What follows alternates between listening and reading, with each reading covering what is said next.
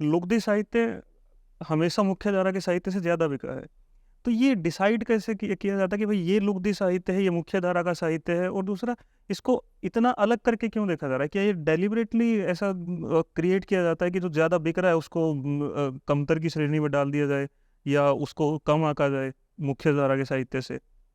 अब जैसे मुख्य धारा शब्द हम खूब इस्तेमाल करते हैं ना, और जो थोड़ा और हिपोक्रेसी जब दिखाते हैं तो बाकी को हम कटर कटर धारा या इस तरह की बात करते हैं। हम ये भूल जाते हैं कि भाई उनके अंदर ऐसी क्या चीज़ है। ये तो हमें समझना चाहिए कि 10 लाख का एडिशन गुलशन का निकल सकता है। वर्दी वाला गुंडा का पता चला पहला एडिशन 5 लाख का निकला। हमारे बड़े से बड़े लेखक उनकी सांस फूल जाएंगे। वर्दी वाला गुंडा का हमें हिंदी लिटरेचर में पढ़ाया जाता है कि वर्दी वाला गुंडा को आप साहित्य का हिस्सा नहीं मान सकते, उनको मतलब सिरे से रिजेक्ट कर दिया जाता है। ये रिजेक्शन सही है? नहीं, बिल्कुल सही नहीं। देखिए, ये तय कौन करता है? हम ही लोग जो तथाकथित मुख्य धारा के लोग वही तो करते हैं ना।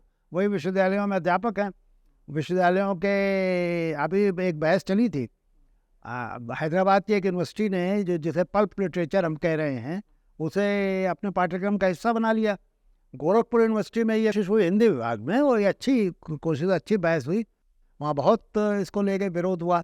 मैंने उस पर अपने कॉलम में लिखा भी कहीं कि भाई हमें ये समझने की कोशिश भी तो करनी चाहिए ना कि वहाँ क्या है जो उनको इतना पॉपुलर बनाता है।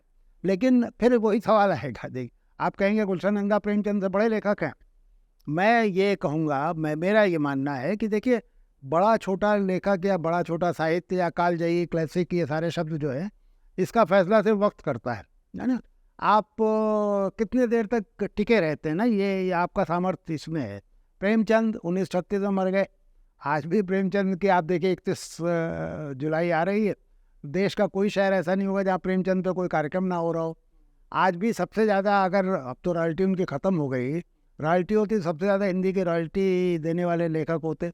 या प्रेमचंद छोड़ दीजिए, बहुत हमारे तो अब ये खड़ी बोली का जो गद्य साहित्य है, ये तो 100-125 साल पुराना है। उपन्यास 125 साल पुराने हैं। इनमें आप देखिए कि एक धारा चली आ रही। 10-5 लोग अभी भी हैं जो किसी से भी आप पूछिएगा तो अगर 15 नाम लेंगे तो उसमें 5-7-10 कॉमन नाम होंगे। मतलब वो क्या चीज़ है जो उनको स्थायी बनाती है?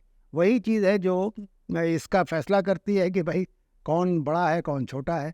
आप एक छोटा सा उदाहरण लीजिए। मैं अक्सर ऑब्जर्व करता हूँ, मैं ट्रेनों में या बसों में जब सफ़र करता हूँ, अब तो खैर रेलवे स्टेशनों से वो एच व्हीलर जैसे स्टॉल अब दुर्लभ होते जा रहे हैं, जहाँ किताबें मिलती थी, पत्रिकाएं मिलती थी। अब एच व्हीलर की दुकानों पे आप जाइए तो कोका कोला या इस तरह का कोई चाट पकौड़ी ये बिकती हुई दिखाई देती है।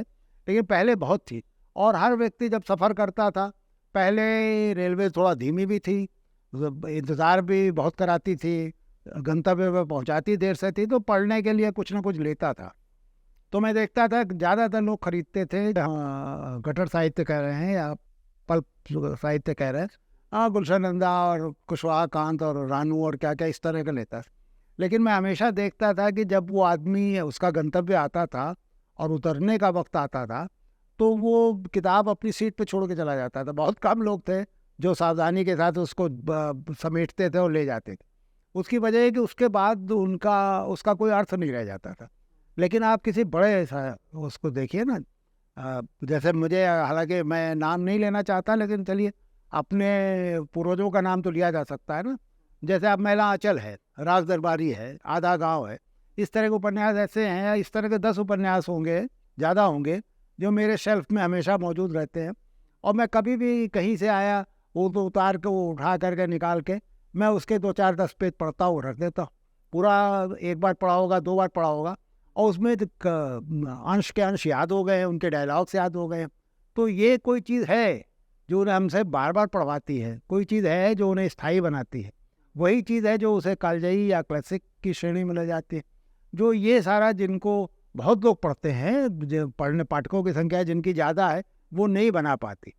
उसको रेखांकित करना और उसको पिन पॉइंट करना थोड़ा मुश्किल है। मतलब मेरे लिए तो मुश्किल है। कोई अध्यापक होता तो शायद बेहतर बता पाता। लेकिन मेरा तो एक ही पैमाना है, बड़े और मतलब छोटा तो नहीं कहना चाहिए, लेकिन बड़ा और कम बड़े साहित्य में, कि कौन टिकता है इस दौड़ में। ये समय सबसे निर्मम आपका जज है, कौन इसमें टिका रहता है। तो जाहिर है कि ये लोग जिनके हमने नाम लिए जो 5 लाख 10 लाख वाले हैं, ये नहीं टिक पाते।